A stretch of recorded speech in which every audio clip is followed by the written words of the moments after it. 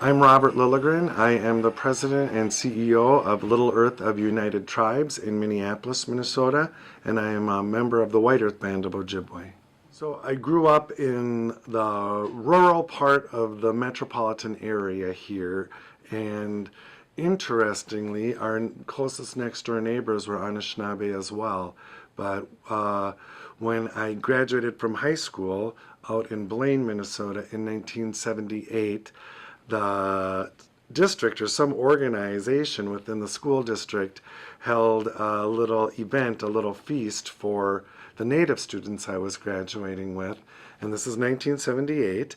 And I sat with maybe 7 other students from my class. Some of them I had gone to school with from kindergarten all the way through graduation. And I never knew they were native, and they never knew I was native. And I just contrast that with today when we're teaching young students traditional ways, traditional language, to take pride in their heritage. And so I think kind of where I landed generationally through my lifetime, things like the foundation of the American Indian movement happened, a huge movement to reclaim the culture. So growing up, I didn't have a lot of culture around me, a lot of native culture.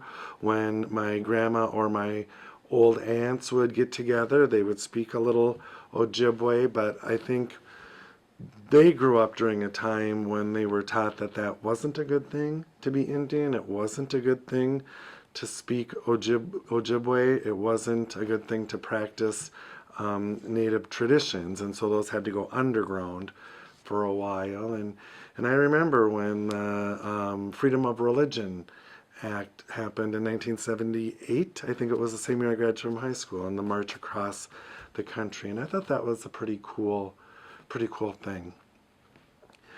My dad, who is an elder now, was really active in reclaiming language, reclaiming culture.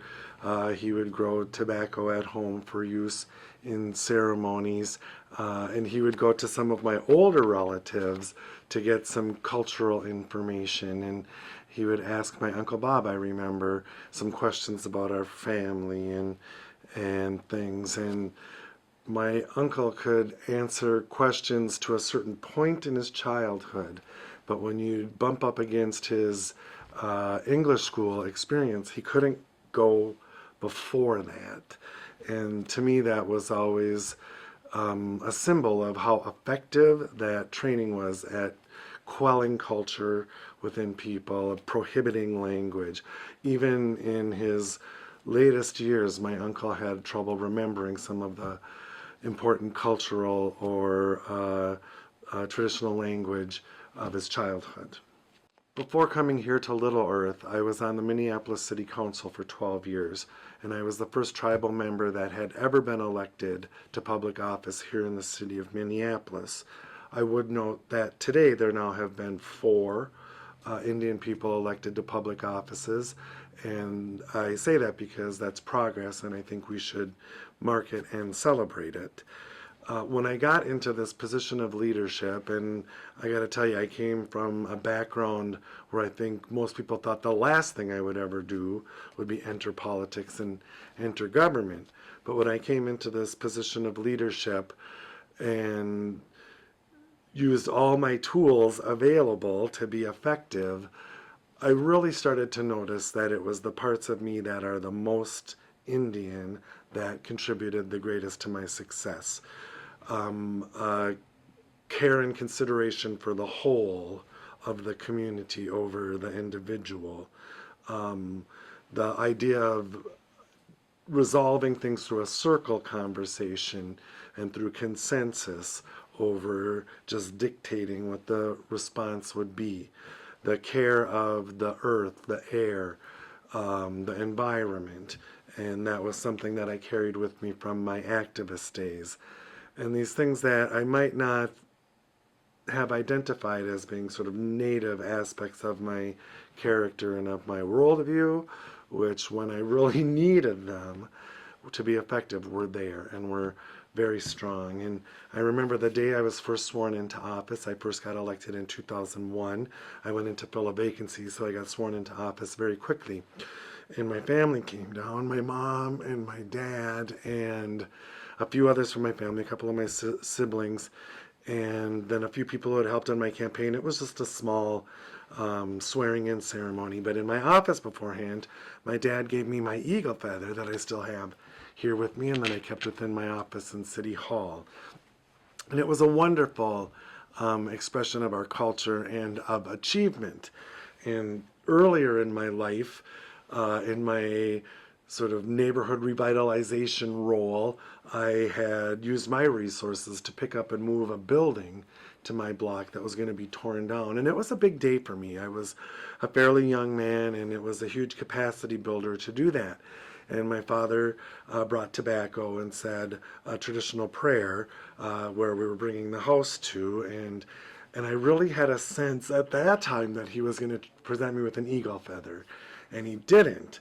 And I see now that he was waiting. He set the bar higher there. That wasn't enough. He wanted me to achieve more before I did that. So I brought the eagle feather in. My first day here, I brought sage in, and we smudged a group of the residents here. We smudged the office. And so I try to incorporate practices as much as possible. We start meetings in a good way with some words or some spiritual comments from an elder in a lot of the places where I sit in different boards and different meetings. Just today, I was with a group called the Metro Urban Indian Directors, MUD, and we started our meeting in a good way with, I don't know if he was the oldest person present, but he stood up and started our meeting. So in traditional ways, I have friends in the community who teach me and mentor me some of the traditional spiritual ways, singing to the water as well, and I find a lot of satisfaction in that.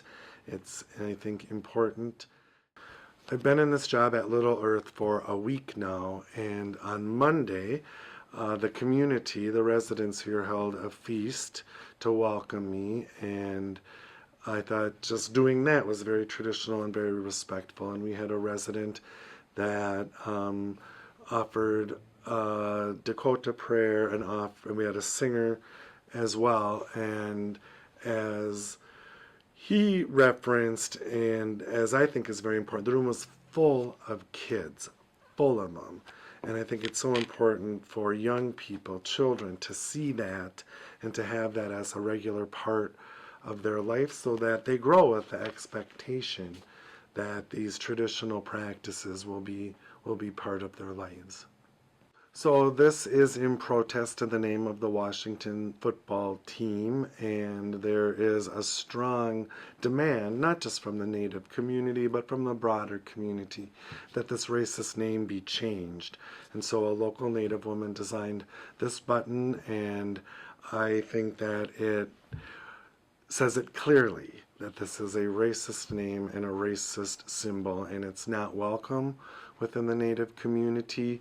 There have been a number of events, and there are a number of events coming here in Minneapolis when the Washington football team is here to play, to protest this name, and I will be participating in those activities. What I find really gratifying living here in the city of Minneapolis is that our city government has gone on record asking, demanding that this name be changed. Our county government is now on record demanding that this name be changed. And I think that shows that here we have broad support and understanding from not just the Native community, but from the outside community as well. So I ran for city council back in 2001. I was very active in my community, and I think this was a part of my Native culture and background, concern for the whole community. And the area that I live in here in the Phillips area in Minneapolis had become very violent and crime-ridden due to crack cocaine arriving on the scene. 2 people were shot dead on my block. There was an active drug dealing and prostitution trade right in the corner of my community. And I knew from meeting my neighbors that there were over 40 kids living in this few block area that I lived in, but you never saw them playing outside. It was too dangerous. And I thought that was really sad. And so I started to take action and meet my neighbors and do what I now recognize as organizing. I didn't know that's what it was back then. Organizing neighbors, identifying partners, resources, and really helping to take ownership of our little corner of Phillips and our little corner of the world. And as I did that, I got more engaged and more involved in the community until I came to a point where I was active on 8 different community level boards, councils, commissions, and I realized that I could have something to contribute to the broader community by being on city council. And my real motivation for running at first was to have a public platform to make points about some key decisions that were coming down the pipeline that were going to affect my community. And I did not have full confidence in the quality of the decisions that were going to be made by the people in positions of leadership in City Hall. And much to, I think, my surprise, and I think to the surprise of other people, I got elected. And it was really through expanding my ability to organize. I really knew nothing about politics, nothing about campaigning, but I knew how to organize. And I recognized that a campaign is really an organizing initiative. And so successfully parlayed my experience as a grassroots community organizer into a 12-year, 3-term stint on the Minneapolis City Council, where I was vice president of the City Council for all of those 12 years. And I remember during my first term, under my urging, the city held a summit with a number of different communities of color, traditionally disenfranchised communities, including the Native community here in Minneapolis. So through our civil rights department in the city, we had a large summit. And a woman that I had never met before came up to me at this summit and said, "You're Robert Lilligren, aren't you?" And I said, "Yeah." And she said, "You're on the city council." She said, "I watch you on the city council. I watch you with my kids." And so I said, "Oh, thanks," And it always amazed me how many people actually watch these city council and committee meetings. And she said, yeah, my kids like seeing you up there. So I asked about her kids. She had a son and a daughter. I asked how they were doing in school. She said the daughter was doing really well, no worries. She was on a post-secondary track for sure. And then she got kind of somber in this, what I thought of as a very Native American way. And she kind of got somber for a second. And she said, "My son, he's struggling more." She said, "He has a harder time with school." But then she lit up again, I thought, in a very, very Indian way. And she lit up right away. And she said, "But he really likes seeing you up there. He really likes seeing you up there." And I thought, wow, that's important to the community. And then shortly after that, I met with a group of young Native leaders from the Southwest who were here talking about economic development. And I was greeting them as a local dignitary and a fellow Native person. And during one of the breaks, these young men came up to me and they said, "So you're on the city council, right?" And I said, "Yeah." "And you're vice president, right?" I said, "Yeah." They said, "How did you ever do that?"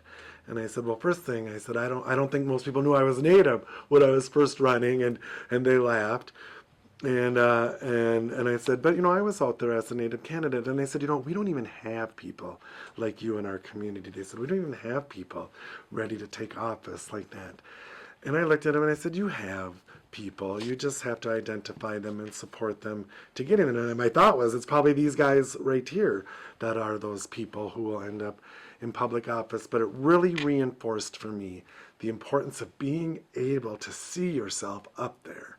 See yourself as part of the power structure, and then learning to bring others into that. And when I talk about there now being other Native Americans who have succeeded in running for public office here, that has been a very strong value of mine, and I'm proud to have helped develop some of these candidates to run for office successfully here.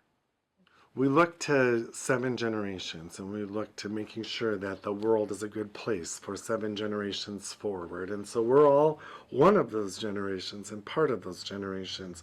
And so young people today, I think, need to honor the traditions, honor their elders, but really need to be preparing themselves however they can to take active roles in society. And one thing I think we need to do as Native people is be prepared to walk in 2 worlds, or walk in more than one world. And there's the broader community that where we have partners and allies, and maybe some people who aren't allies yet, and then we have our Native communities as well, and we need to be comfortable walking in both worlds.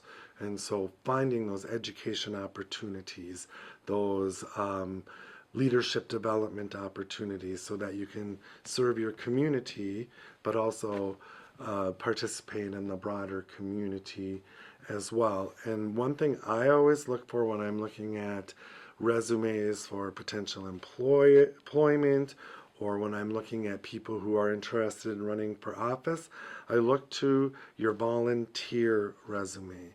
And I think that's very, very important for people from our community to be volunteering within our community, but also out within the broader community. And that's where you gain knowledge and networks that can help you along. But it says so much about a person when you know what they're willing to give their time to. And I think it's through volunteering, getting engaged in organizations, getting engaged in the leadership of organizations. Every organization has a board. Every board needs members, volunteer members. These are great opportunities to develop your leadership skills, to develop your knowledge of an issue, knowledge of an organization, knowledge of the world. So I would encourage young people to seek out these volunteer opportunities, these leadership opportunities that are all around them. They just need to go looking for them, and they'll find them.